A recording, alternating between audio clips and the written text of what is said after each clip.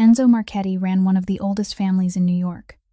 And at 34, he'd never once been told what to do. He was tall, quiet, with a faded scar along his collarbone and a brass compass he set down on the table whenever a conversation was finished. After that sound, nobody argued.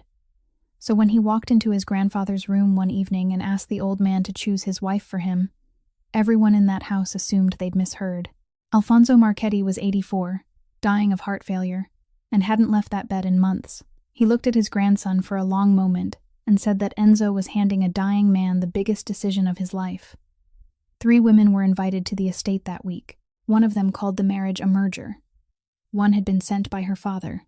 One walked in asking where the light was best. All 3 were certain the answer was already in the room. And they were right. Just not the way they thought. Because on the last evening, when Alfonso raised a hand that wouldn't stop shaking and said his grandson's wife might already be standing there, one of them smiled and reminded him there were only 3 of them present. The old man didn't look at any of them. He looked past their shoulders at the night nurse by the door, a young woman in scrubs holding a tray of medication, who had stepped back so as not to interrupt a family matter, and he told her to stay exactly where she was. If a story like this is worth your time tonight, please hit like, share it with someone who still believes good people get noticed, and subscribe so you don't miss what comes next. It really does help us keep telling stories like this one. Thank you for being here.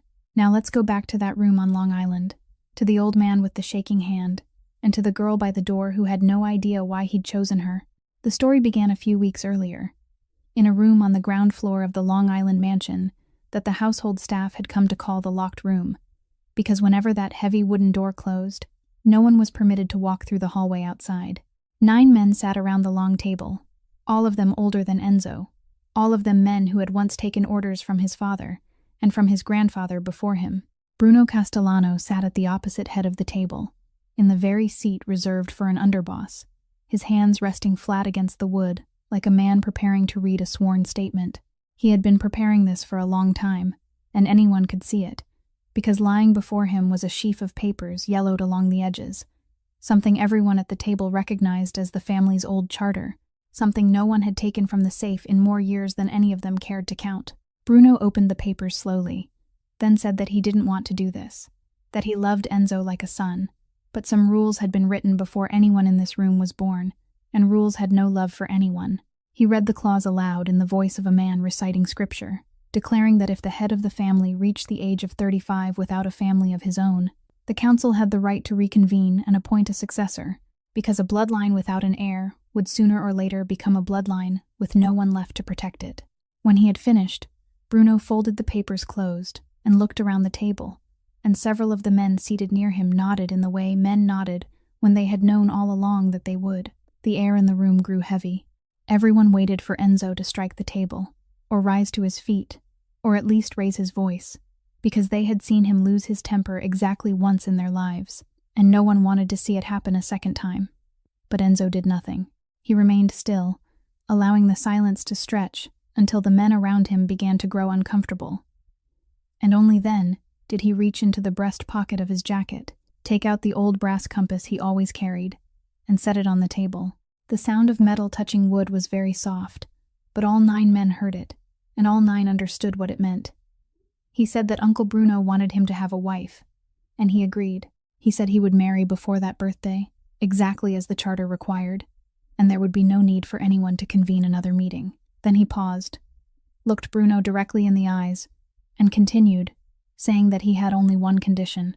The person who chose his wife wouldn't be this council, wouldn't be Uncle Bruno, and wouldn't be Enzo himself. Someone asked who it would be then. Enzo said that there was exactly one person left in this house who had the right to tell him he was wrong, and that person was lying upstairs. For the first time during the entire meeting, Bruno's hands left the table. It lasted only an instant, so brief that even the man sitting beside him didn't notice, but Enzo did, because he was a man accustomed to watching hands more closely than faces. Bruno regained his composure almost at once, smiled, and asked how lucid the old man could possibly still be, saying that when heart failure reached that stage, memory went with it, and that entrusting such a momentous decision to a man lying there waiting for his final day wasn't fair to the old man himself. Enzo replied that his grandfather had built the table around which they were all seated, and as long as he could still form words, His word would carry more weight than that of anyone else in the room. No one argued further. Bruno bowed his head and said that, in that case, he would take care of inviting the guests, that he knew several respectable families, with daughters of marriageable age and suitable standing, and that he would arrange everything with the utmost propriety. Enzo nodded, picked up the compass, slipped it back into his pocket, then rose and walked toward the door. He had no idea that the guest list had already been lying in the drawer of Bruno's desk before the meeting ever began. All 3 names written neatly in black ink, like a contract already signed, and merely awaiting the day of delivery. 3 days after that meeting, the heavy wooden door closed once again, but this time it wasn't to discuss marriage. Silvio Ranieri was summoned, and he entered the room with the air of a man who believed he was about to endure a few harsh words before being sent home. He had served the family since Enzo's father was alive. He controlled Bensonhurst, and in the Marchetti family ledgers, Silvio's name occupied a place no one dared touch. Enzo sat at the head of the table and didn't invite him to sit. He asked where Uncle Silvio had gone the previous Tuesday. Silvio laughed and said that he had stopped by a flower shop on Bay Ridge to remind someone about the money she owed, that it had only been a reminder, nothing more, because she had been late for months and kept asking for more time. Enzo then asked whether reminding her had required smashing a glass display case in broad daylight. Silvio fell silent. Enzo continued, his voice not rising even slightly from where it had begun, saying that he had been told what happened, that Uncle Silvio had stood there and watched her clean up while customers were still inside the shop, and that he hadn't left until she had finished. That woman had been running the flower shop since her husband died. She was raising several children who were still in school, all by herself. Enzo said that he knew all of this, not because someone had informed on Silvio, but because the following morning she had wrapped a bouquet with her own hands and brought it to the mansion, leaving it at the gate with a note apologizing for causing trouble because she believed the fault had been hers. The entire table went silent. Silvio began to say that he hadn't meant anything by it, that he had merely lost his temper for a moment, that anyone who had been in this business long enough sometimes lost control. Enzo raised one hand, and Silvio stopped. He reached into the breast pocket of his jacket, took out the brass compass, and placed it on the table. No one dared breathe heavily. He said that there were 3 rules in this house that he had laid down on the day he took his seat, and he had stated them only once because he didn't repeat himself.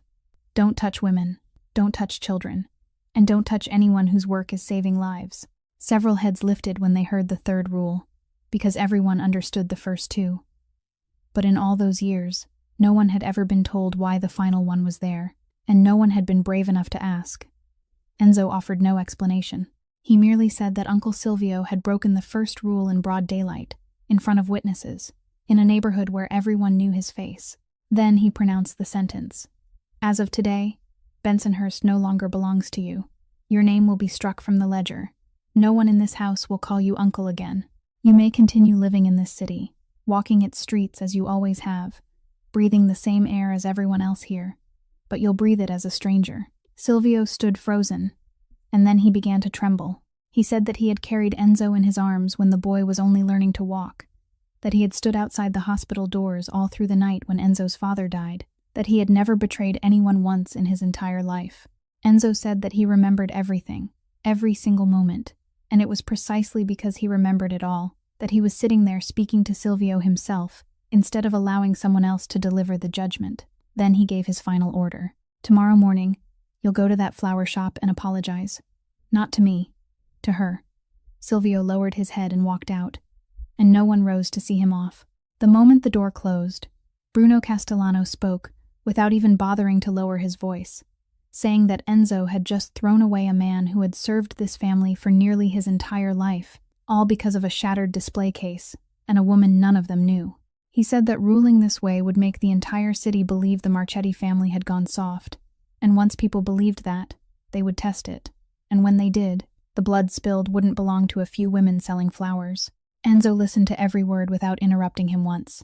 When Bruno had finished, Enzo picked up the compass, slipped it back into his pocket, and said that he hadn't cast Uncle Silvio out because of a glass display case. He had cast him out because Silvio believed the family name was a license to make other people afraid. Then he looked directly at Bruno and said that if anyone else believed the same thing, the door was still open. Bruno smiled, said that the young master was right, and bowed his head with impeccable courtesy. No one in the room could see that beneath the table, both his hands were clenched into fists. A little more than an hour's drive from the Long Island mansion, in an out-of-the-way corner of Queens, stood a charity hospital called St. Brigid, a place where the Marchetti name meant nothing at all, and where no one had time to concern themselves with which family was meeting to discuss what. Adeline Whittaker had just finished her third consecutive shift that week, the third extra shift she had taken, rather than one she had originally been assigned, and by the time she signed the handover log, her hand was trembling so badly that her signature came out slightly crooked. She was 27 years old and small in stature, with brown hair tied neatly behind her head and calluses at the base of her fingers from washing her hands with soap too many times in a single night. Her coworkers called her the woman who never got tired, but the truth was that she was exhausted. She simply had nowhere to set that exhaustion down. Before leaving the hospital, she made her usual morning detour through the pediatric ward and placed a crane folded from a medicine wrapper on each little bedside table, thin paper printed with a few English words that she had learned long ago to fold into the shape of a bird's wings. Some of the children saw her standing in the doorway and waved. Others called out to the paper crane nurse, and laughter traveled all the way down the corridor.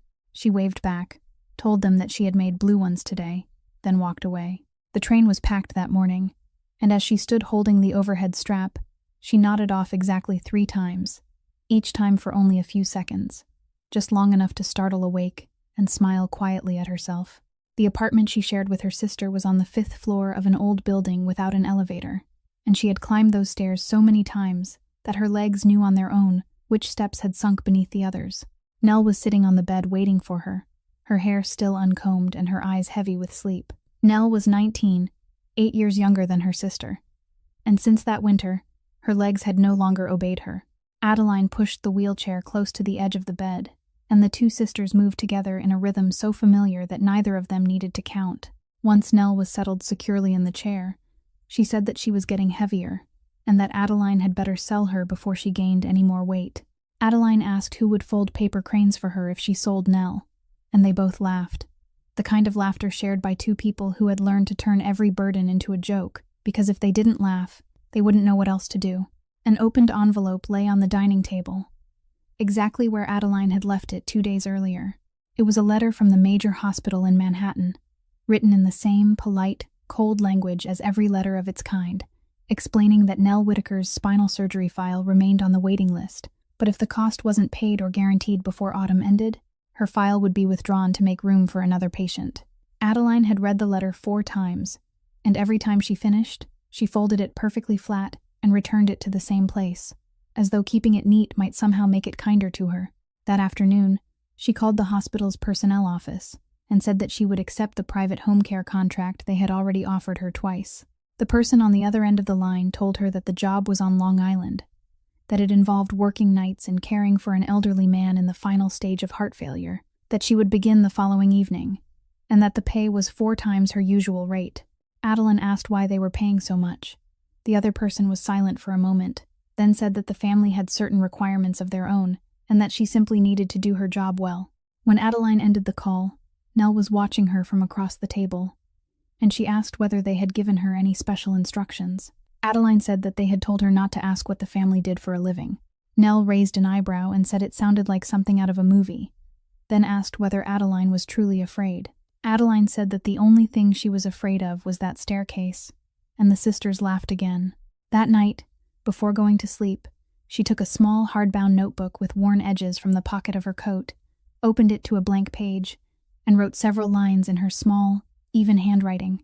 Then she closed it, slipped the pen into the spine, and placed it beside her bed as she did every night, not for any particular reason, but simply as a habit no one ever noticed, not even Adeline herself. The following evening, Adeline Whittaker got off the bus at the entrance to the road leading into the estate, walked a long way beneath the trees, and when the iron gates opened, she immediately understood why they were paying 4 times the usual rate for a night shift.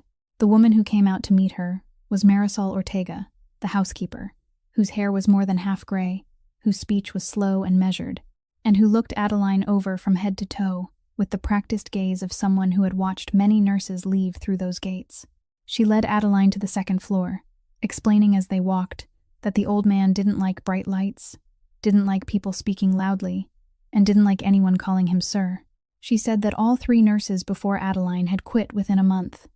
One had said he was too difficult, while another had said he never spoke to anyone. Adeline asked whether he was in much pain. Marisol stopped halfway up the stairs, turned to look at her, then said that this was the first time anyone had ever asked her that question. The room was at the end of the corridor, its door left slightly ajar. Inside, there was only a small lamp glowing in one corner, and the steady hum of a machine. Alfonso Marchetti lay there, 84 years old, his body so wasted that the blanket covering him was almost flat, but his eyes still held every trace of a sharpness that age had never managed to take away. He watched her enter without greeting her or asking her name, and the first thing he said was, "Are you afraid of me, child?" Adeline set her bag on a chair, walked to the bedside, and checked his intravenous line before answering. Then she said, "I'm only afraid of people who can still stand. You're lying here, and you're in pain. People who are in pain aren't frightening." The old man remained silent for a long time, so long that she thought he had fallen asleep, and then he laughed. The sound was hoarse and broken, and it brought on a fit of coughing. But it was still laughter, and outside in the corridor, Marisol Ortega stopped in her tracks with a stack of towels in her arms, because she hadn't heard that sound in this house for many months. That night, Adeline did the same things she always did at St. Brigid. She measured his blood pressure, recorded his readings, changed his position in the bed, and adjusted the pillow beneath his knees to ease the strain. And each time she did something, she told him beforehand exactly what she was about to do. The old man asked where she worked. She told him the name of the hospital. He asked whether it was busy. She said it was very busy, so crowded that on many days, when they ran out of beds, they had to place temporary ones in the corridors. He didn't ask anything else. He merely lay there listening to the sound of her turning the pages of her notebook. And shortly before midnight, he fell asleep and slept without waking, something Marisol told Adeline the following morning as though it were a miracle. But before falling asleep, the old man had asked her to step outside for a little while, then pressed the bell to summon his grandson. Enzo came to his room after midnight and pulled a chair beside the bed, as he did every evening. The old man said that he knew how much time he had left and didn't need any doctor to tell him, because this body belonged to him, and he could feel it fading little by little. He said that before he left this world, he wanted to see his grandson find someone, not because of that damn charter Bruno had dragged out, but because once he closed his eyes, he didn't want this house to contain nothing but one man and 9 empty chairs. Enzo was silent for a very long time. Then he said something he had never told anyone in his life. He said that he wasn't afraid of losing the company, wasn't afraid of losing the port, and wasn't afraid that one day he might have to stand trial. He said that there was only one thing he feared, that one evening he would open the door and walk into his home, and there would be no one inside waiting for him to return. He said that he wanted someone who would stay even if the Marchetti name wasn't worth a single penny tomorrow, and that he had been searching for years but hadn't found her, because his eyes seemed capable of finding only beautiful women, Grandpa. The old man took his hand, his own hand trembling and cold, then said, "Then stop searching." He said that he had been reading people for 84 years, and he had never once been wrong. Enzo asked how he intended to do it. The old man only said, "Let them come, and then we'll see." When Enzo left the room, he passed a young woman in a nurse's uniform carrying a tray toward the far end of the corridor. She leaned slightly to one side to make room for him and gave him a quiet nod of greeting. He nodded in return and continued walking. Neither of them turned to look back. The 3 women arrived on a Thursday afternoon, less than an hour apart, and each of them stepped out of her car in a different way. Priscilla Vandermeer arrived first, the daughter of a Boston shipping family, and the first thing she spoke about when she shook Enzo's hand was the ports in which both families held interests. She said that if those interests were combined, no one else would be able to force their way into the shipping routes along the East Coast. She called it a merger, and she said the word with perfect ease, as though she were sitting in a conference room rather than standing in the entrance hall of someone's home. Renata Salvati arrived next. She spoke less, kept her eyes lowered, and when Marisol escorted her upstairs, she asked whether the old man would be joining them for dinner, because her father had instructed her to greet him first. Later, when they were seated at the dining table, and Enzo asked whether she wanted to live there, Renata answered with complete honesty that whether she wanted to or not wasn't for her to decide. Her father had told her to go, so she had gone. The last to arrive was Sloane Ashford, who stepped out of her car carrying a large bag, while an assistant followed with a camera, and the first thing she asked was where in the house the afternoon light was most beautiful. Marisol said it was probably on the western veranda. Sloane thanked her, went directly there, and no one saw her again for the next half hour. Dinner was served in the large dining room on the ground floor. Enzo sat at the head of the table and spoke no more than 10 sentences throughout the entire meal. Bruno Castellano sat at the opposite end, pouring wine for each guest, introducing every family with solemn formality and laughing often. Each time he laughed, he glanced toward Enzo, as if to make certain that the young master had noticed how attentive he was being. The family's private physician stopped by before dinner to give the old man his usual evening sedative, then said his farewells and left. Marisol informed everyone at the table that the old man had fallen asleep and would probably rest peacefully through the night. After dinner, the 3 women remained in the adjoining sitting room, and perhaps because they had heard those words, they spoke to one another in the kind of voices people used only when they were certain no one else in the house could hear them. Priscilla wondered when the house had been built, with walls as thick as those of a fortress, and said that keeping it would cost more in maintenance than leasing it out could ever bring in. It would be better to tear it down, because oceanfront land in this area could be turned into a resort and recover the entire investment within a few seasons. Sloane said that leaving such an enormous rear lawn empty was a waste, and that all they needed to do was build several rows of low structures, and they could film an entire season of content there. Renata remained silent for quite some time, then said that her father had told her the house wasn't the important part. What mattered was the interest in the port. And if the documents were signed in the proper way, within a few years everything would naturally flow to where it belonged. Priscilla laughed and told her that she spoke too innocently, because no one here had come for love. No one disagreed. They continued talking for a while about the need to be careful around the old man, saying that elderly people often became confused, but could also hold on to things for a very long time, so it would be best to go upstairs every day, politely ask how he was feeling, then come straight back down. On the second floor, in the room at the end of the corridor, Alfonso Marchetti heard every word. He wasn't asleep. He had never allowed that medication to carry him through an entire night, and for many months he had maintained a habit known only to him. He left his bedroom door open by the width of a narrow crack and turned off every machine that made a sound, because in a house built of stone, voices from the floor below traveled with remarkable clarity up the staircase. When Adeline began her shift shortly before 11 o'clock that night and found him lying awake, staring at the ceiling, she asked whether anything was causing him discomfort. The old man said no, then added something that might have been meant for her, or might have been spoken only to himself. In daylight, everyone is acting, child. Darkness is the only place where people forget that they're still playing a part. Adeline didn't understand what he was talking about. She simply pulled the blanket higher over him, dimmed the lamp, then sat in the chair beside the bed and opened her small notebook. The following morning, Alfonso Marchetti summoned all 3 women to his room and stated his condition in a single sentence. Each of them would care for him with her own hands for 1 full day, from sunrise until nightfall, without asking anyone for help and without calling anyone else.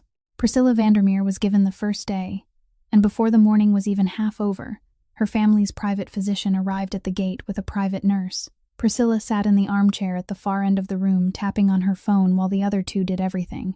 Sloane Ashford was given the second day. She set up a camera in the corner early that morning, adjusted the lights twice to make them more flattering, then sat before the lens talking about a simple morning spent with a beloved family member. When the old man suffered a prolonged coughing fit, she rose, walked into the corridor to make a phone call, and never returned. Renata Salvati was given the third day. She lasted until shortly after noon, then went downstairs to find Marisol and asked to be moved to another room at the opposite end of the hallway, explaining that the smell of medicine in Alfonso's room made her dizzy. She apologized with impeccable courtesy before leaving. Throughout those 3 days, Adeline Whitaker had no idea that any of this was happening, because she began her shift shortly before 11 o'clock at night and left before dawn had fully broken, and no one saw any reason to tell a nurse hired by the hour about private family matters. On the last of those 3 nights, she arrived earlier than usual because the train had run without delays. The old man was lying with his face turned toward the wall. She warmed some water, wrung out a cloth, and did the same things she always did at St. Bridget for patients who could no longer turn themselves over. She worked neatly and quickly, telling him what she was about to do before every step, washing his face first and then his hands, changing the sheets by rolling him gently onto one side and then the other, without having to lift him, readjusting his pillows and massaging his wasted calves to keep the blood from pooling. In the middle of it, Alfonso quietly admitted that he was embarrassed. Adeline paused for a moment, then said, "A day comes for all of us when we have to let someone else wash our face. There's no shame in that, sir." She told him that the shameful thing was making another person feel that caring for you was a burden, and he had never once made her feel that way. The old man didn't reply. A while later, he asked whether she knew any old songs. She opened her phone, found one her mother used to play on Sunday afternoons, placed the phone on the cabinet beside his bed, and lowered the volume until it was just loud enough to hear. The old man closed his eyes and lay still for a very long time, and shortly before dawn, he finally fell asleep. As the first light appeared, Adeline went downstairs to warm the porridge that had been prepared for the day shift. And there she found Enzo standing beside the window with a cup of coffee. He opened a small tin of mints, took one out, swallowed it with a sip of water, then closed the tin and slipped it back into his pocket. Adeline saw everything, and she knew it wasn't a mint, because she had counted that kind of medication enough times in her life to recognize it from even the briefest glimpse. She didn't ask him anything. She greeted him, he nodded in return, and she walked away. Before leaving the house that morning, she sat at the small table in the corridor to finish her notes from the shift. She copied the readings onto the hospital's monitoring chart, then made another copy in her own small notebook, as she always did. When she reached the final line, her pen stopped.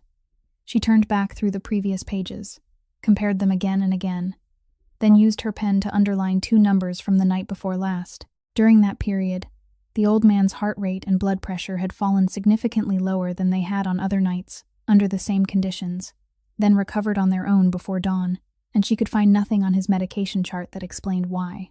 That afternoon, when Dr. Ehrenfeld stopped by, she showed him the notebook and explained everything from the beginning, pointing to the 2 underlined lines. He took the notebook, turned through several pages, then handed it back to her with a smile. He said it was good for her to keep taking notes so she could stay in practice. But at the old man's age, any number could be a bad one.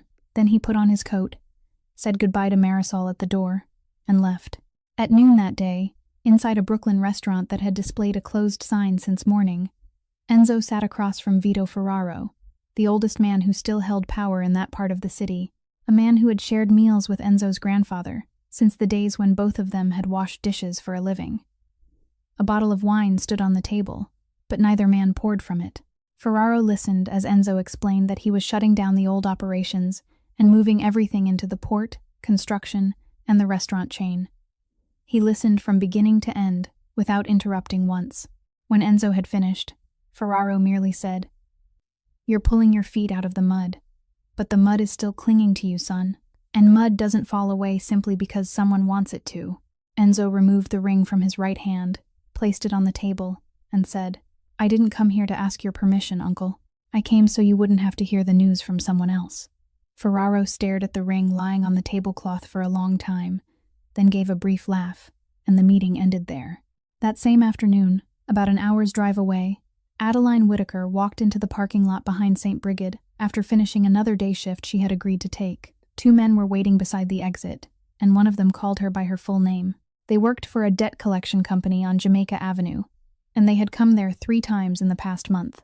This time, the other man didn't lower his voice. He spoke loudly in the middle of the parking lot, asking how long she had owed the money and why she kept asking for more time, saying that he knew she worked 3 shifts a week and wanted to know where all her money went, asking whether she was supporting someone.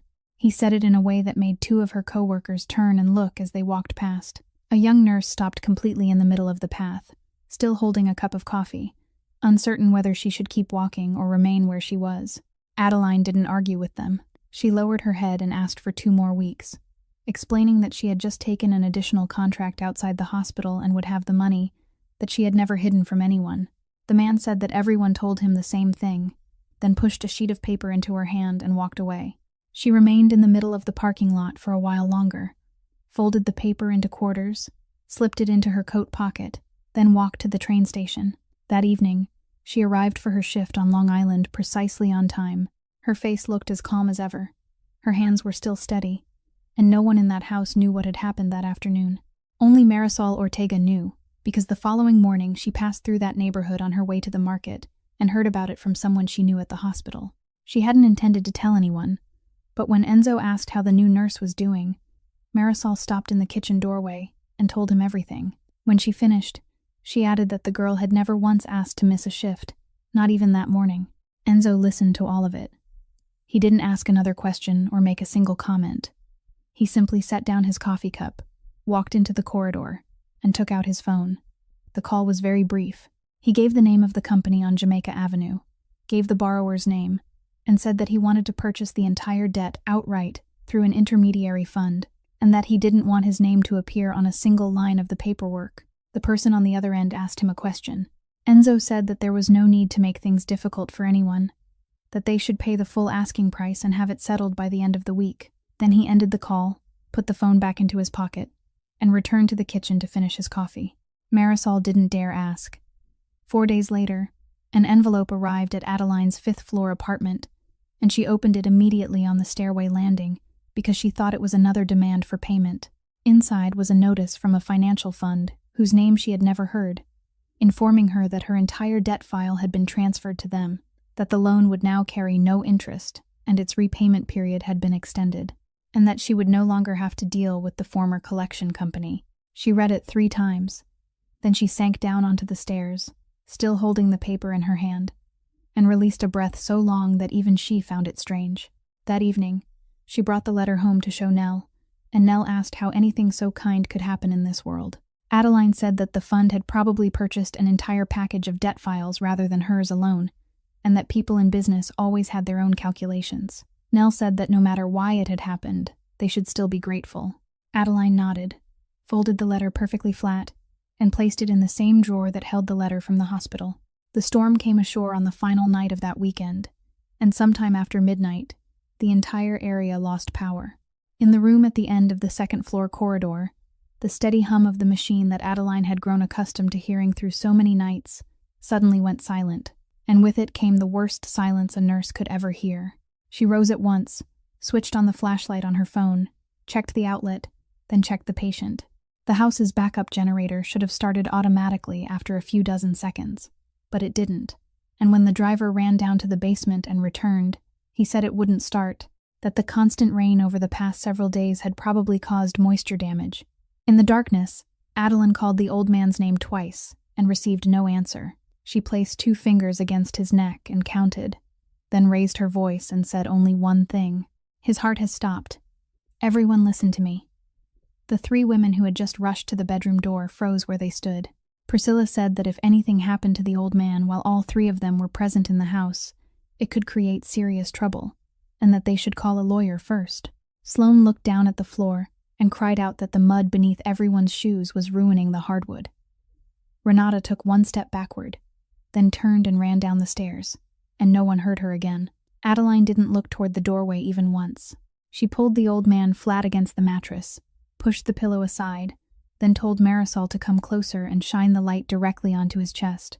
Don't let your hand shake. Keep the light exactly where I place my hands.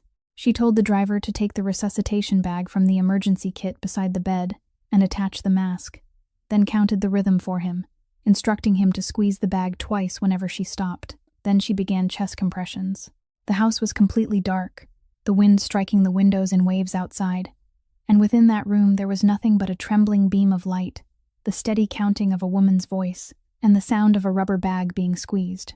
She completed 1 cycle and began again. Sweat ran into her eyes and made them burn, but she had no free hand to wipe it away. Marisol wept without daring to make a sound, concentrating only on keeping the beam of light from drifting. The driver asked how many minutes it had been. Adeline told him not to ask, just keep squeezing. At one point she changed hands because her right arm had gone numb. At another, she lifted her head to glance at the clock on the wall, then bent over the old man again, and throughout all that time, she didn't utter another word except the numbers she was counting. Just as she began to feel that her shoulders would no longer obey her, a dry cough broke from beneath her hands. She stopped, pressed her fingers to the old man's neck, and waited. Then she sank onto the edge of the bed and told Marisol, "He's back. Please bring me the blanket." Enzo arrived home at that moment, soaked through, his shoes still covered with mud from the road, because Marisol's call had reached him while his car was crossing the bridge, and he had ordered his driver to turn around in the middle of the storm. By the time he reached the bedroom door, the lights in the house had just come back on. He saw his grandfather breathing, saw a fresh blanket pulled to the old man's chest, and saw a small young woman sitting on the floor beside the foot of the bed, her hair plastered to her forehead, both hands trembling in a way she couldn't hide. He stood there for a long time, then asked her what she wanted, and told her to name it. Adeline looked up, and it took her a moment to understand that he was truly asking. "I want him to live through one more night," she said. "I'm already being paid to do exactly that." The ambulance arrived about half an hour later, and Dr. Aaron Feld was there before dawn. Alfonso regained consciousness around noon the following day. He recognized everyone and could speak clearly, but from that day forward, he could no longer lift his legs from the mattress, and a wheelchair had to be brought in, along with an oxygen tank placed beside his bed. Feld met Enzo alone in the corridor and spoke plainly. He said that Enzo should prepare himself, because the old man's heart wouldn't survive another episode like that. Enzo asked how much time remained. Feld said that no one could answer that question, then excused himself and went downstairs to prepare the medication. That night, Adeline arrived for her shift at exactly the usual time. The following night, when the entire house had fallen quiet and the rain outside had softened into scattered showers, Alfonso Marchetti asked Adeline to pull her chair closer. He turned his head toward her and held out one hand, and she placed her own hand in his because she thought he wanted her to check his pulse. But he simply closed his fingers around hers and held on. He said that throughout his life, he had taken the hands of many people, while signing papers, while dividing fortunes, while they waited for him to nod his approval for one thing or another, but no hand had ever held him in this world the way hers had the night before. Adeline said that anyone in her position would have done the same. The old man shook his head very slightly and said, "You don't understand, child. 3 people were standing just outside that door, and not one of them stepped inside." Then he was silent for a while, and when he spoke again, his voice had changed completely. It was no longer the voice of a patient speaking to the person caring for him. He asked her a question. He asked whether, if his grandson lost everything tomorrow, the port, the house, even the name that made people bow their heads when he passed, he would still deserve to be loved. Adeline didn't answer immediately. She pulled the blanket up to his chest, straightened the oxygen tube, then sat down and said, "Sir, I work in a charity hospital. In that place, once they take off their clothes and lie down in one of those beds, a powerful boss and a man who sleeps on the street tremble in exactly the same way. They hurt in the same way, and when they become frightened enough, they both call for their mothers in the same way. There's only one difference between them, whether someone is there to hold their hand, and that's something money can't buy and poverty can't take away." She added that a man who lost his fortune could build it again, and a man who lost his good name could make it clean again. Only when a man lost his decency was it truly gone, and his grandson hadn't lost that, at least not in any of the moments she had witnessed. Alfonso said nothing. He lay staring at the ceiling for a very long time, and Adeline thought he had fallen asleep. But when she began to rise, his hand tightened gently around hers. "Do you know something?" he said. "I've been waiting a very long time for that answer." She asked whom he had been waiting to hear it from. He only told her to go to sleep because it was late. Then he truly closed his eyes. The following morning, before her shift ended, Marisol asked Adeline to help move the old filing cabinet that stood against the wall in the old man's room. They needed to place a support for the oxygen tank there, so the cabinet had to be moved elsewhere. The 2 women pulled out the bottom drawer to make it lighter, and inside were yellowed paper files arranged upright, each enclosed in a hard cover with words written along its spine in blue ink, the unsteady handwriting of an old man. Adeline lifted the files out one at a time and placed them on the chair beside her, but when she reached the 4th one, her hand stopped. A single word was written clearly in capital letters along the spine: Whitaker. She stared at it for several seconds. Then she reminded herself that Whitaker was a common name in this country, that St. Bridget alone had treated 2 patients who shared her surname that year, and besides, she was a nurse, and from her very first day on the job, she had been taught never to open anything belonging to a patient without permission. She placed the file beside the others, arranged them neatly, pushed the drawer closed, then helped Marisol move the cabinet to its new place. Marisol asked whether she was tired, saying that she had looked utterly worn out the night before. Adeline said she was used to it. The housekeeper told her that she should go home and sleep and stop accepting extra shifts. Adeline laughed and said that if Marisol knew how much train fare cost these days, she wouldn't say that. She gathered her things, signed the handover log, said goodbye to the old man sleeping in his bed across the room, then walked downstairs. By the time she reached the gate, she had completely forgotten about the file, forgotten it entirely, in the way people forget things they glimpse when they're exhausted and in a hurry. 3 nights later, Adeline had just finished her shift and was putting on her coat in the corridor when she found Enzo waiting at the top of the stairs. He said that he had business at the port, that the road to the train station passed through the same area, and that if she didn't mind, he could give her a ride. She did mind, but it was still dark outside, and the first train wouldn't arrive for more than an hour, so she nodded. The car traveled through deserted streets, lit only by street lamps and the headlights of a few freight trucks making their early runs, and neither of them spoke throughout the drive. It was still dark when they reached the port. He stopped the car in an empty lot, overlooking long rows of stacked shipping containers, got out, and she followed him. The wind coming off the water was bitterly cold. He pointed toward the warehouses in the distance and said that demolition would begin there the following week. There were 3 adjoining warehouses, and everything inside them would be moved to the new site across the water. She asked why he was tearing them down. He said it was so there would no longer be any place in this port that he had to lie about. Adeline didn't fully understand what he meant, but she didn't ask. She stood watching the rows of containers form dark shapes against the changing sky, and said that the place was enormous, many times larger than the hospital where she worked. He asked how long she had been there. She said it had been a long time, since she was still in school. At first, she had only worked unpaid night shifts to complete her clinical hours, but then she had simply stayed. He was silent for a moment, then said that he had once been a patient in a hospital, only once, many years ago. He said that he had almost died, and when he regained consciousness, he had no identification on him. No one knew who he was, and no one came to claim him.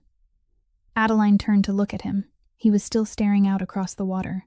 He said that someone had remained with him through those nights. He couldn't remember that person's face, couldn't remember the name of the hospital, couldn't remember any other detail, and he had spent years trying without success. He said there was only one sentence he remembered hearing. She asked what it was. He said, "Go to sleep. We'll deal with the rest when morning comes." Adeline laughed softly and said that every nurse said those words. She said them to one patient or another every night, so often that it had become a habit. She added that when someone lay there thinking all night, it exhausted the heart, so nurses had to tell them to leave everything until morning, because nothing could be solved in the middle of the night anyway. Enzo turned to look at her. His gaze remained on her a little longer than it normally should have. Then he nodded and said, "Yes, perhaps that's all it was." As they spoke, she noticed that he was holding something small, round, and metallic in the palm of his hand. It caught the faint light whenever he turned it, but the sky wasn't bright enough for her to see it clearly, and she had no reason to look more closely.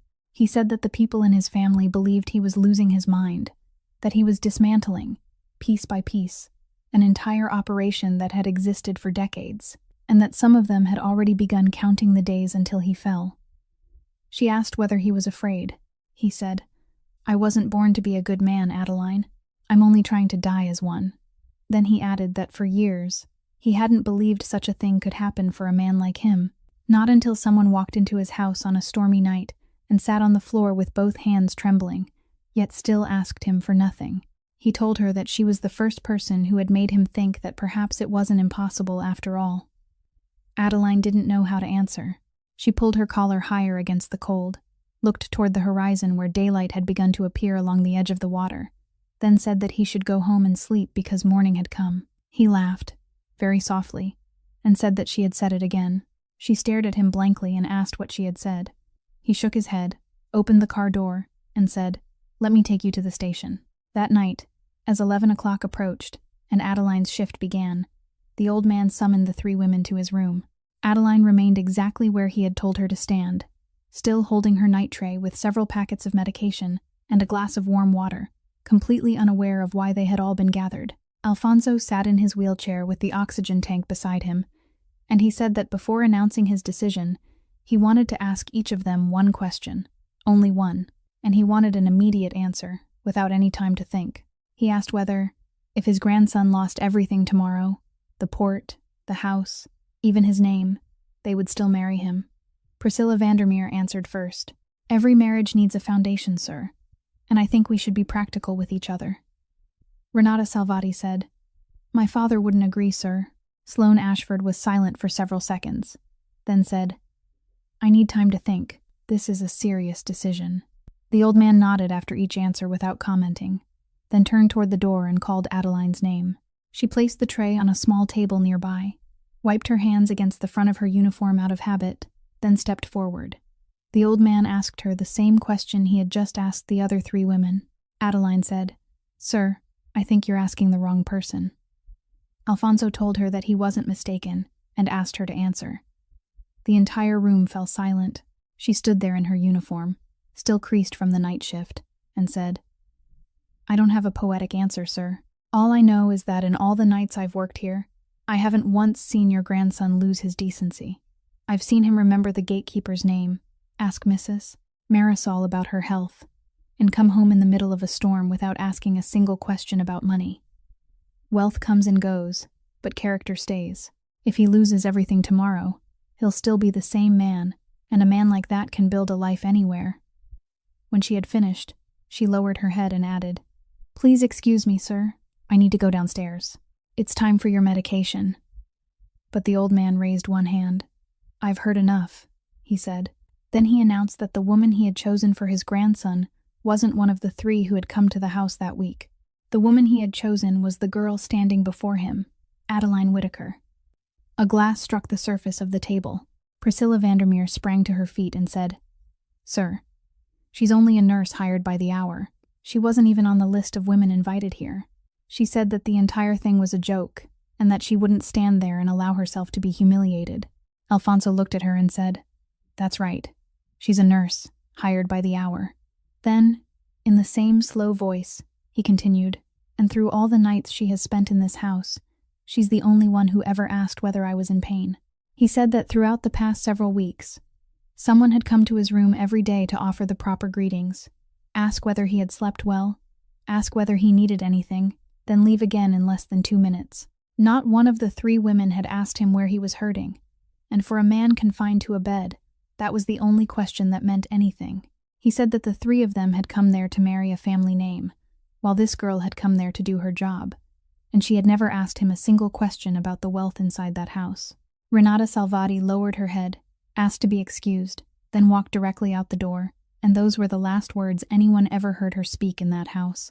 Sloane Ashford took out her phone, typed several lines, then left as well. Priscilla remained for a while longer, looking around as though waiting for someone to defend her, but Enzo said nothing, while Bruno Castellano stood in the corner with his hands clasped behind his back, his face betraying no emotion at all. Finally, she left too. When the great door closed, only 4 people remained in the room. Adeline was still standing in the same place, and she said, Sir, I think you're tired, and I should take you back upstairs. The old man said that she still hadn't answered him. She replied that no one had asked her yet. Alfonso looked at her, then turned toward his grandson and said, Boy, you ask her. Adeline didn't answer the question that evening. She said that she should take the old man back to his room first, then push the wheelchair out of the sitting room before Enzo had a chance to speak. For the next 2 days, she arrived for her shifts on time, left on time, and didn't mention what had happened to anyone. On the afternoon of the 3rd day, she arrived early and was walking around the rear garden to gather a few sprigs of rosemary for the old man to smell when Bruno Castellano called her name from the greenhouse. He stood among the potted plants and several faded wicker chairs, holding a thick envelope in one hand. He said that he wanted to have a civil conversation with her, just for a few minutes. He began by praising her, saying that she was good at her work, and commending her for saving the old man on the night of the storm. Then he said that he knew everything about her. He named St. Brigid, mentioned the 5th-floor apartment without an elevator, and said that he knew she had a younger sister in a wheelchair, and even knew about the deadline the Manhattan hospital had placed on the girl's surgical file. Adeline stood perfectly still, the rosemary sprig still in her hand. Bruno placed the envelope on the wicker table, pushed it toward her, and said that it contained enough money to pay off all her debts, enough to cover her sister's surgery, and enough to ensure that she would never have to climb those stairs again. She asked what he wanted. He said it was simple. He said that she was the nurse on duty at night. the one who was present when the old man received his evening sedative, and all she needed to do was make the dose slightly higher for 3 nights in a row. Not much, not enough to make anyone suspicious, only enough to make the old man sleep deeply and stop waking during the night. In addition, he said, there was a document that needed the signature of a medical professional, certifying that the old man had recently ceased to be lucid and was no longer capable of making decisions. He said that it was essentially true anyway. At his age and in his condition, how could anyone possibly remain lucid? Adeline listened to everything. She looked at the envelope on the table. Her hand began to tremble, and she knew it was trembling because the rosemary sprigs were trembling with it, so she tightened her grip. In a single instant, she saw the drawer containing the 2 neatly folded letters, the 5 flights of stairs, and heard Nell's voice telling her that she was getting heavier. Adeline stood there for a long time. Then she asked, "Do you know why my sister can still smile every day?" Bruno asked why. She said, "Because she believes her sister is a decent person. If I sign that document, I may still save her legs, but I'll kill the thing she believes in, and there isn't a doctor in this world who can operate and restore that for me." Bruno laughed very softly and said that she spoke beautifully, but there was something she ought to understand. Everyone had a price. The only difference between people was whether they had heard their number yet. Adeline said, "That's true. I have a price too. My price is being able to wake up tomorrow morning and still look at myself in the mirror, and you don't have enough money to buy that." She placed the rosemary sprigs on the edge of the table beside the envelope without touching it, then said that it was time for her shift and turned toward the greenhouse door. Bruno called after her, telling her to think carefully, because an opportunity like this came only once in a lifetime. He said that a time would come when everything in that house collapsed, and when it did, she should remember that someone had offered her a place on the safe side. Adeline stopped in the doorway without turning around. "The safe side is the one where I can still sleep every night, sir," she said. Then she left. Bruno Castellano remained alone in the greenhouse. He picked up the envelope, brushed a streak of soil from one corner, slipped it into the inside pocket of his jacket, then sat down in a wicker chair and remained there for a very long time. That evening, after checking the old man's blood pressure and recording his readings, Adeline said that she wanted to resign. She told both of them, the old man and his grandson, that she was deeply grateful, but she didn't think she should remain there any longer. She said that what Alfonso had announced the other day was a family matter, while she was only someone hired to work the night shift, and once people began looking at her differently, she could no longer do her job. She said that she would finish the week so the hospital would have time to send a replacement. Alfonso said nothing. Enzo didn't ask her to stay. He merely reached into the breast pocket of his jacket, took out the brass compass, and placed it on the table between them. Adeline looked at it, and this time, beneath the light in the room, she could see it clearly. The brass casing was tarnished, the hinge was bent on one side from being dropped, and on the back, carved with a knife rather than engraved by a machine, were several words in deep, slanting letters that she had seen every day throughout her childhood on her late father's compass. "Keep going, then come home." She stood so quickly that the chair fell backward behind her. She picked up the compass, turned it over again and again, and her hands began to tremble in a way she couldn't make them stop. She asked where he had gotten it. Enzo said that a girl had pressed it into his hand in a hospital corridor many years ago, when he walked out of that place without even enough money for bus fare. Then, for the first and only time, he told the entire story from the beginning. He said that he hadn't yet taken control of the family, that his father had died only a short time earlier, and that one night he had been taken into the emergency room of a charity hospital without identification and with no one knowing his name. He said that his family's men had been in chaos then, fighting among themselves for position, and no one had gone looking for him. After 3 days, the hospital was required to transfer patients no one had claimed to a ward for the unclaimed. He said that during those 3 nights, a female medical student working the night shift had remained beside his bed, covered him with an extra coat, spoken to him when he was conscious and continued speaking even when he wasn't, and she was the one who persuaded the hospital to let him remain there longer. On the morning of the 4th day, he was discharged and stood in the corridor without knowing where to go. She ran after him, pushed the compass into his hand, and told him to take it and find his way home. He said that he hadn't even had time to ask her name. He said that on the day he took his father's seat, he established 3 prohibitions within the family, and of the 9 men sitting around that table, not one understood the 3rd. No one dared ask, and he had never explained it to anyone. He said that the third rule was that no one was ever to touch anyone whose work was saving lives, and that rule had been born from that very night. Adeline sat on the edge of the bed, holding the compass in both hands, unable to speak. Enzo looked at her, reached out, and gently closed her fingers around it, letting her take back the piece of her past he had protected for all those years. Then Alfonso broke the silence. He told her not to blame the boy because Enzo hadn't known anything. Alfonso was the one who had arranged it. He explained that several months earlier, he had collapsed at the port while visiting the old property, and the ambulance had taken him to the nearest hospital. The nearest hospital had been St. Brigid. He said that he hadn't been able to sleep that night, and he had heard a nurse beside the next bed, comforting a frightened old man, with the exact words his grandson had repeated to him countless times throughout all those years. He said that he had lain perfectly still and listened to everything, his heart beating wildly, and the following morning, he had asked who had been working that shift the night before. They had given him a name, Adeline Whitaker. He said that the private home care contract she had accepted at 4 times the usual pay had been his doing. "I didn't invite you here to test you, child. I invited you here so my grandson would have the chance to see you a second time." Adeline stood and asked to be excused for a moment. She walked into the corridor, leaned against the wall, and breathed. Much later, when her heartbeat had finally slowed, a question rose in her mind, clear and cold as water. If even her presence in this house had been arranged in advance, what else had been arranged inside these walls that she still didn't know about? She returned to the old man's room, waited until he was sleeping deeply, then pulled the filing cabinet away from the wall and opened the bottom drawer. The bottom drawer remained arranged exactly as it had been when she and Marisol moved the cabinet, and the file marked Whitaker was still in the 4th position from the front. Adeline pulled it out, carried it to the small lamp in the corner, and sat with her back toward the bed so the light wouldn't wake the old man. She opened the cover. The first page was a copy of a police report, its paper yellowed with age, and an official stamp in one corner, bearing the date of a winter evening 4 years earlier on a road in Rockaway. She recognized the date immediately because it was the day her entire life had been cut into 2 halves. Her mother's name appeared in the section listing the people involved. Her sister's name appeared under the passengers in the vehicle.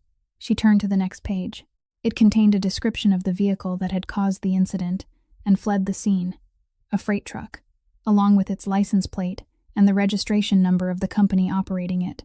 The operator was a transportation company, whose name she had seen on the sides of several trucks parked at the port the morning Enzo had taken her there. The next page was another document, but it hadn't come from the police. It was printed on the letterhead of a law office and stated that the matter had been resolved internally, that the investigation wouldn't be referred any further, and that the victim's family had agreed to accept a single payment in exchange for making no claim, giving no public statement, and providing no information to the press. Adeline stopped when she reached that line. She knew that payment. She remembered the night her mother had sat at the kitchen table with an envelope before her and told Adeline that the insurance people had settled everything, that she should take the money and use it to care for her sister, that at least they had accepted some responsibility. Her mother had said those exact words, and she had died before spring arrived that year. For 4 years, Adeline had believed it was insurance money. She continued turning the pages. At the end of the file was an internal approval form, containing only a few lines, confirming the payment and authorizing the case to be closed. In the lower right corner was a signature. It was short and decisive, and the name E. Marchetti was clearly typed beneath it. Adeline sat perfectly still for a long time. She read the document once more, then again, as though the words might change if she stared at them long enough. In her mind, everything that had happened over the past several weeks arranged itself into one perfectly straight line, and each piece now carried a meaning entirely different from the one she had believed. The contract that paid 4 times the usual rate, the unfamiliar financial fund that had suddenly purchased her entire debt and reduced the interest to nothing. That morning at the port, surrounded by trucks bearing the name of the same company, she rose, but had to hold the back of the chair for several seconds before she could stand steadily. She returned the file to the drawer and pushed it closed, then pulled it open again, removed those 3 documents, folded them into quarters, and placed them in her coat pocket. She returned to the old man's bed. He was still asleep with his face turned toward the window, his breathing steady and shallow. She checked the intravenous line, adjusted the oxygen tube, and pulled the blanket up to his chest, as she did every night.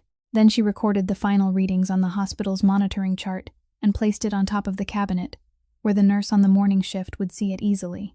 In the margin, she added a brief note about the timing of his medication and the need to turn him every 2 hours. Then she took the small notebook from her pocket, opened it, and stared at it for a while, without writing anything. She closed it and returned it to her pocket.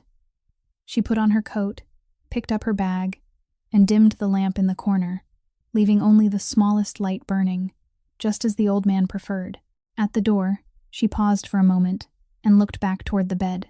Then she stepped into the corridor, closed the door very gently, walked downstairs and through the great entrance hall, opened the front door, and went outside. Dawn hadn't yet broken. The iron gate was still locked, so she walked along the fence to the staff entrance on the western side, slipped through it, then continued along the deserted road toward the transit stop. At that moment, the only things in her coat pocket were 3 sheets of paper, folded into quarters, and a small notebook. That morning, when Marisol came upstairs to report that the night nurse had left before dawn and that the bottom drawer of the filing cabinet had been pulled open, Alfonso Marchetti told her to summon his grandson and close the door. He told Enzo that there was something he had kept hidden from him for the past 2 years, and now he could no longer hide it. He explained that 2 years earlier, he had begun to suspect Bruno, not because of any single great event, but because the numbers in the transportation division kept falling out of balance in ways that were far too neat, and he had quietly hired outsiders to trace every old file. He said that he had discovered a case closed several years earlier, involving one of the family's trucks causing an incident on the road and fleeing the scene. The case had been buried with a payment and a silence agreement, and Enzo's signature appeared on the final approval form. Enzo said that he had never signed any such document. The old man said, "I know." He told Enzo that he had been across the ocean for several months during that period, and Alfonso remembered it clearly because he had called him every week. He said that he had paid for 2 independent examinations at 2 different places, and both had reached the same conclusion. The signature hadn't been written naturally by one person. It had been produced by someone who had practiced imitating it. He said that this was the first time Bruno had signed Enzo's name, and once a man had done it once, the next time was only a matter of time. Enzo asked why his grandfather had kept it from him. Alfonso was silent for a moment, then said, "Because I knew what you would do to him." He said that he had spent an entire lifetime in that world and knew exactly how Enzo would deal with it, and he didn't want his only grandson to grow old in prison because of a man like Bruno. He said that he wanted Enzo to defeat him with the one thing Alfonso himself had never used in his life, the law. Then he told Marisol to open the safe, take out an old leather briefcase, and give it to Enzo.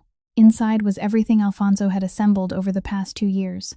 Copies of the files, comparison tables, and 2 certified reports from the handwriting examinations, along with the names and addresses of the 2 organizations that had conducted them. The old man told Enzo to take it and go find her. Enzo asked whom he meant. Alfonso said, "You know exactly whom I mean." At noon that day, Enzo stood outside an old apartment building in Queens. There was no elevator. He climbed 5 floors, and when he reached the 4th floor landing, he had to stop with one hand gripping the railing and wait for the heaviness in his chest to ease before continuing.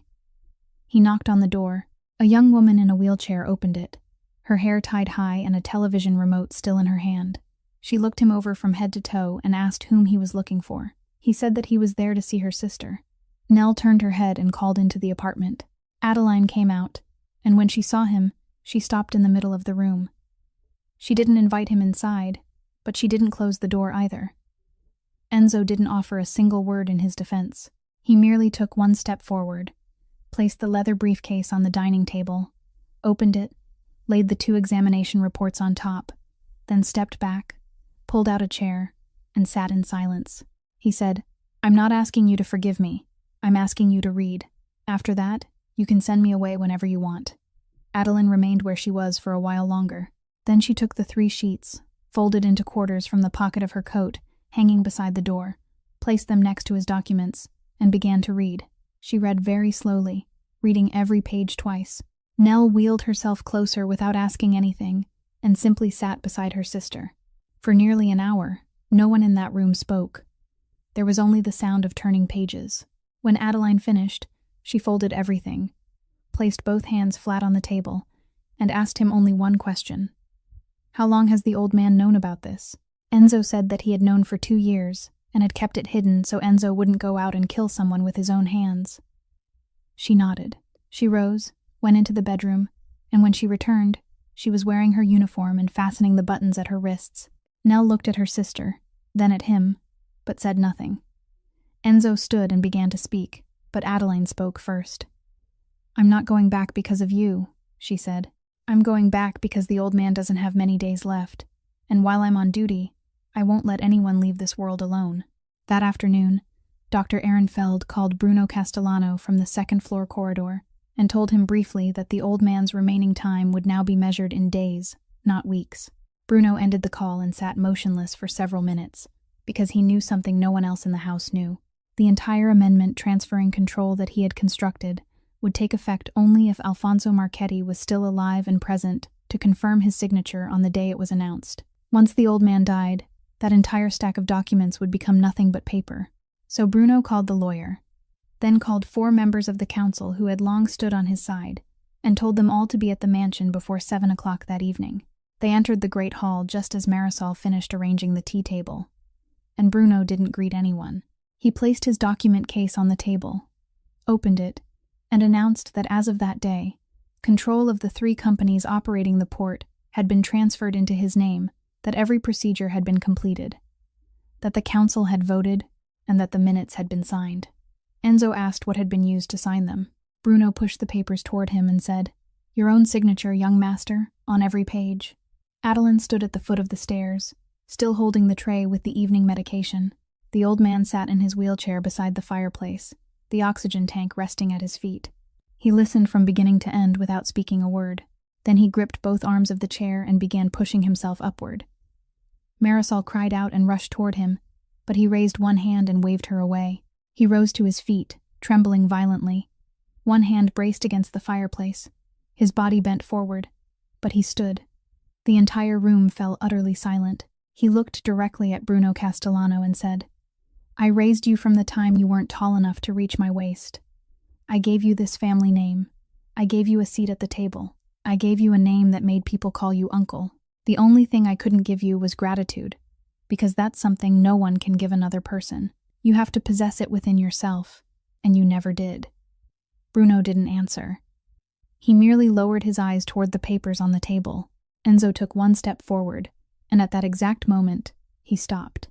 His face took on a color Adeline had seen far too many times in her life, and he raised one hand and clenched the front of his shirt over his chest. He staggered, caught his foot against the table leg, then collapsed. Marisol screamed. Someone ran to call an ambulance. Adeline released the medication tray, letting it crash to the floor, and rushed forward to kneel beside him. She moved quickly and precisely, loosening his collar, turning his head to one side, placing 3 fingers against the pulse in his neck and counting, then lifting one eyelid to examine his pupil beneath the light. She looked at his hands, then at the color of his fingertips. Suddenly, she raised her head and shouted, "This isn't a heart attack." Someone in the room said that they should wait for the ambulance to arrive. She said there wasn't enough time, that his cardiac rhythm wasn't consistent with a heart attack, his pupils weren't right, and neither were his lips or fingertips. She called out to the room, asking whether anyone knew what he had taken that morning, but no one could answer. She searched the breast pocket of his jacket, removed the small tin of mints, opened it, emptied its contents into her palm, and examined them closely. When 2 paramedics rushed in with a stretcher, she stood directly in their path, raised the tin, and spoke in a voice she had never used with anyone in that house. "This man has hereditary cardiomyopathy and takes long-term medication. I need you to check for a drug interaction before treating him as a routine heart attack." One of the paramedics tried to move her aside. She refused to yield. "I'm a nurse. I've been here from the beginning, and I'm telling you there's something wrong with the dose he took this morning." She handed them the tin and said, "Take this to the hospital and put it directly into the hands of the attending physician." The other paramedic took it. They lifted Enzo onto the stretcher and carried him toward the door. Adeline followed for several steps, then turned and looked toward Bruno Castellano, and he was the first to look away.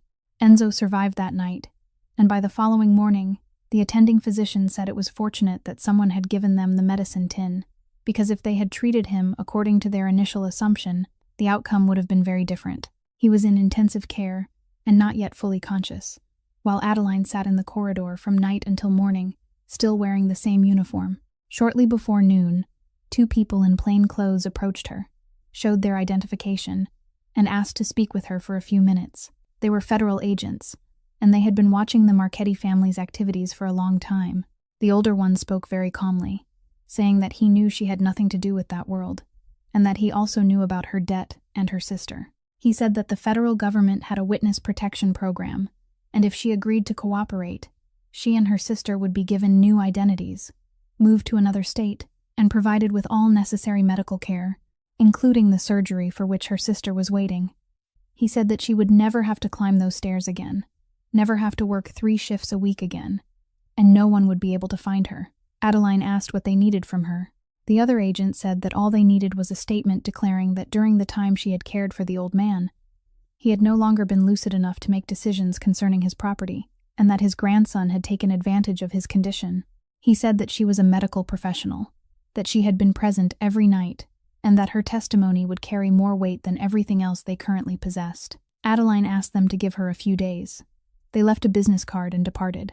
When she returned to Enzo's room, he was awake, and he looked at her like a man who had heard everything. She began to speak, but he shook his head. "Sign it," he said. "Your sister is more important than I am, and I won't make you choose between me and her, because if you have to choose, you might choose wrong." Adeline didn't answer. She adjusted his blanket, then left the room. That evening, she returned home, sat at the dining table, and told Nell everything, including the business card in her pocket. Nell listened in silence for a very long time, then wheeled herself close to her sister and said, "Let me ask you something honestly. If I could stand and walk again, but I had to walk at that price, where would you tell me to go? I've been sitting in this chair for years. I'm used to it. I still have something to do every morning, and I can still laugh, but I've never learned how to live with a sister I wouldn't dare tell anyone about. You sign that paper, my legs start walking, and then where am I supposed to walk?" Adeline remained silent. Then she rose, went into the bedroom, opened the drawer, and took out the small, hardbound notebook with worn edges, along with the stack of monitoring charts she had been copying for herself throughout all those nights. She spread everything across the table, picked up a pencil, and began doing what she did best. She arranged the nights in chronological order. In the margin, she wrote the name of the person who had prescribed the medication each night. She compared the old man's readings with the dosage and the time it had been administered. Sometime after midnight, her pencil stopped. Every night when the old man's readings had fallen abnormally low and then recovered on their own before dawn had been a night when Dr. Ehrenfeld had covered the shift and personally prescribed the evening dose, without a single exception. She remembered the afternoon when she had shown him this very notebook, and he had returned it to her with a smile. She turned to her notes from the night of the storm, to the line she had written hurriedly about the backup generator failing to start, and she remembered that someone from the maintenance company had come for a routine inspection the previous afternoon, and the person who had let them into the basement hadn't been Marisol. Finally, she opened the page describing the morning when she had seen Enzo take medication from the tin, and she remembered what she had emptied into her palm in the great hall that evening. Pills that weren't all quite the same color, a difference only someone who counted medication every day would have noticed. She sat before those pages for a very long time. Early the following morning, she went to the hospital, placed the notebook and the stack of monitoring charts on the small table beside Enzo's bed, and said, "I don't understand contracts, ports, or company shares, but I can read a medical record. Trust me just once." Enzo looked down at the pages, then raised his eyes to her. "Now we have evidence," he said. That morning, shortly after Enzo was released from the hospital and still had to walk slowly, Alfonso Marchetti summoned Marisol to his room and told her to find him a camera. Any kind would do as long as it could record and preserve what it captured. She asked what he intended to do. He told her to place it on the cabinet beside his bed, aim it directly at his face, then leave and close the door. She obeyed. She stood in the corridor for nearly an hour and heard nothing but the old man's steady voice inside, occasionally pausing so he could breathe. When he called her back into the room, the camera had been switched off, and he told her to place it in the safe, lock it away, and give it to no one, not even his grandson, until he gave the order. That afternoon, he asked her to help him shave. He told her to take from the closet the suit he had worn on his wedding day, a suit so old that the fabric had faded at the elbows, and asked her to comb his hair neatly. As Marisol worked, she asked what occasion could possibly require so much ceremony. He said that the family had important business that day. Then he told her to wheel him into the rear garden, to the stone table beneath the trees, and asked her to make tea and bring out a tray with 4 cups. He sat upright in his wheelchair, with both hands resting on his thighs, the oxygen tank hidden underneath where no one could see it. By the time Enzo and Adeline reached the garden, the old man was already waiting. He told them to sit down because there was something he needed to finish that day. The tea lasted no more than 20 minutes. The old man spoke more during those minutes than he had throughout the previous several months combined. He told them about Enzo's grandmother, saying that she had been a nurse at a small hospital on the west side, and that the first time he met her, he had gone there with one hand wrapped in bandages and a fabricated story. She had known perfectly well that he was lying, but she had still bandaged his hand with great care before sending him away. He laughed when he reached that part of the story, laughing until he had to stop and catch his breath. He told them that when they first married, they lived in a rented room without a kitchen, and she cooked on a kerosene stove in the corridor. That winter, he had been certain she would leave him. He said that she didn't. He said that throughout all the years that followed, whenever he did something he knew was wrong, he could never bring himself to look into her face. Then he reached into the pocket of his suit, took out an old ring whose gold had been worn smooth until its pattern had nearly disappeared, and took Adeline's hand. He placed the ring in her palm, then closed her fingers around it. He said, "My wife wore this for nearly her entire life. She was poor too. She did the same work you do, and I chose her when I had nothing in my hands. I made the right choice only once in my life, so this time, I trust that I'm not wrong." Adeline closed her hand tightly around the ring and couldn't speak.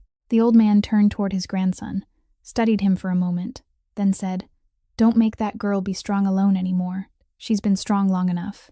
Enzo nodded, and he couldn't manage anything more than that. The old man sat in silence for a while, then said that the tea had gone cold and told them to go inside because he wanted to remain there a little longer. Adeline offered to stay with him. He told her to go inside because he wanted to sit alone. Then he added one more thing, speaking very slowly. "I survived war. I survived prison. I built a name that made this entire city bow its head whenever it was spoken. And yet, in the end, the only thing I can take with me is the hand of a child willing to sit beside me at 3 o'clock in the morning, when I have nothing left to give her." The two of them rose. They had walked about 10 steps toward the house, when Adeline heard a sound behind her, the faint sound of something slipping. She turned around. The old man had fallen sideways against the arm of his wheelchair, his head bowed, the untouched cup of tea still in his hand. She ran back, knelt beside him, and placed her fingers against his neck. She remained that way for a long time without drawing her hand away. When Marisol reached the garden, she stopped in the middle of the path and didn't dare come any closer. Enzo knelt on the other side of the wheelchair and took his grandfather's hand.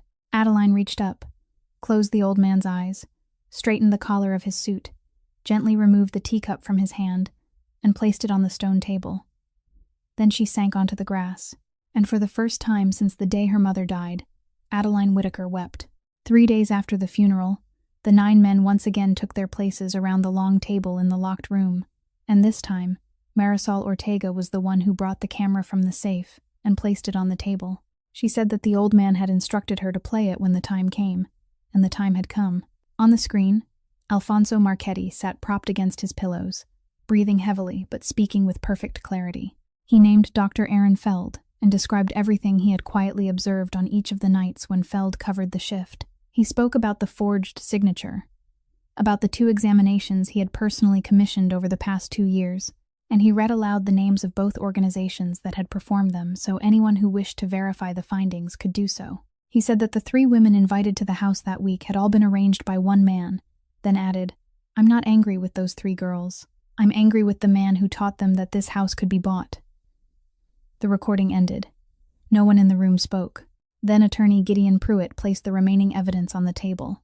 The footage from the camera mounted inside the greenhouse that afternoon, the 2 handwriting examination reports, and the stack of monitoring charts handwritten by a night nurse.